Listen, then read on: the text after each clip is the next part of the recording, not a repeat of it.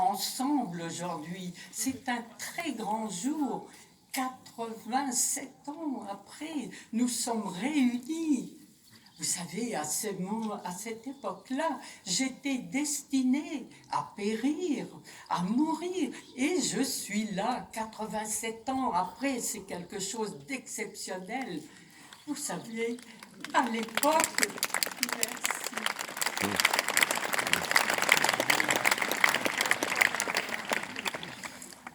À l'époque, en arrivant, je venais tout juste d'avoir 11 ans. Mes frères, Robert avait 9 ans et demi et 3 ans et demi, mon petit frère André. Nous avions été arrêtés dans le nord de la France par les feldgendarmes. Et après des journées passées en prison en France et en Belgique, parce que les déportés du Nord sont passés par la Belgique. Le commandement militaire allemand était basé à Bruxelles. Et nous, les enfants en prison, je me demandais, mais pour quelle raison étions-nous en prison? Je n'avais pas encore compris. Ce n'est qu'en arrivant à Ravensbrück que j'ai enfin su, j'ai compris que c'est parce que nous étions juifs, nous devions disparaître.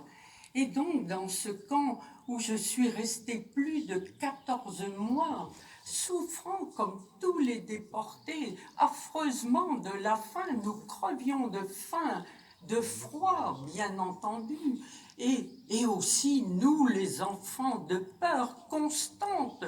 Pendant ces 14 mois, nous n'avions vécu que comme des ombres, n'osant nous montrer.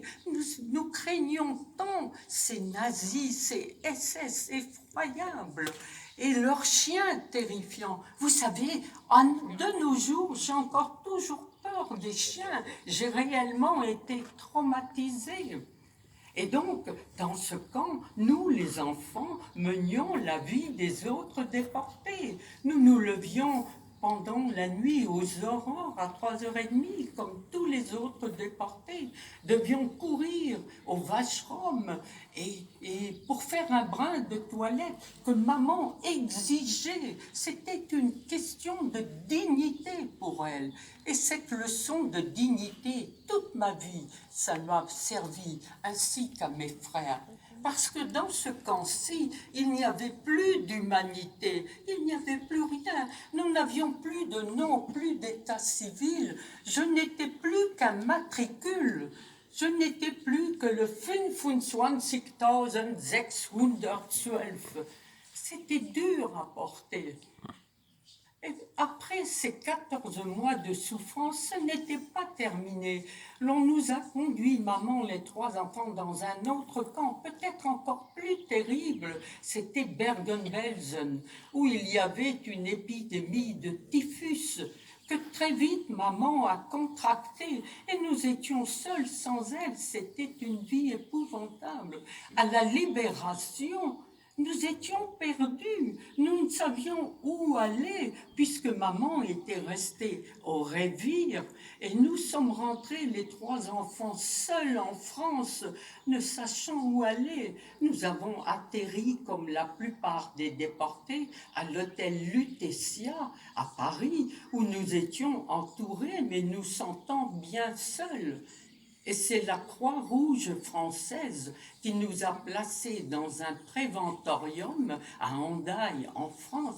Nous y étions bien entendu, on s'occupait de nous, mais nous étions toujours trop seuls. Et puis un grand jour est arrivé, la porte de notre chambre s'est ouverte et maman était là devant nous. On ne l'espérait plus, elle était là, ne pesant plus que 27 kilos, c'était exceptionnel.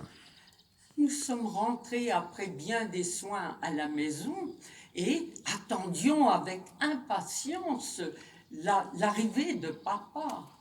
Malheureusement, plus tard, nous avons appris par d'autres déportés que lui-même avait été dirigé dans le camp de concentration pour hommes à Buchenwald.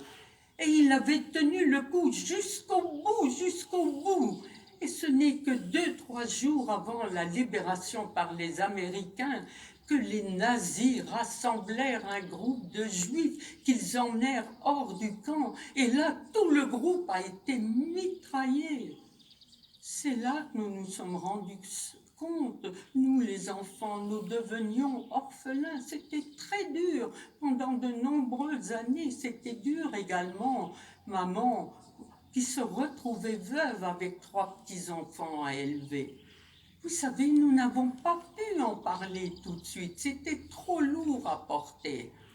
Mais en ce qui me concerne, avec l'apparition des négationnistes, avec ceux qui ont osé dire que tout cela n'a pas existé, mon sang n'a fait qu'un tour. Il me fallait absolument rencontrer des jeunes pour expliquer les horreurs de la guerre, pour leur dire qu'il est possible d'éviter ces horreurs, ces souffrances.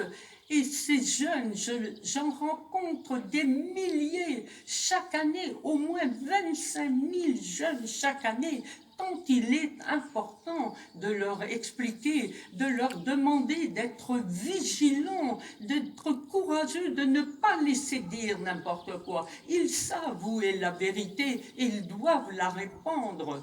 Vous savez, bientôt, il n'y aura plus de déportés. La plupart, malheureusement, sont déjà partis, décédés. Le peu qui reste sont trop âgés. Moi-même, je vais avoir là très vite, dans quelques temps, 90 ans, mais c'est un travail énorme. Il me faut rencontrer ces jeunes qui sont exceptionnels. Moi, je mets toute ma confiance dans ces jeunes qui expliquent, qui comprennent, qui posent des questions à l'infini. Je me rends partout où il est nécessaire de leur ouvrir les yeux. Ce seront mes petits messagers. Quand il n'y aura plus de déportés, c'est eux qui transporteront le devoir de mémoire. Et moi, j'ai confiance en eux. Ils sont formidables, ces jeunes, dans le monde entier. Vous savez, cette grande chaîne humaine fera qu'il n'y aura plus de guerre. Je le veux absolument.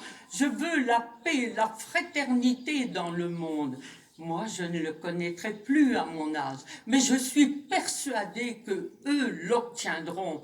J'y veillerai de là où je serai. Je sais que la paix peut revenir. J'ai confiance dans les jeunes. J'ai foi en eux et je suis tranquille à l'idée de partir, sachant que la relève est assurée. Mais je ne suis pas très pressé, vous savez, malgré tout, de partir. Et dans les nombreuses questions, je veux finir par un tout petit trait d'humour.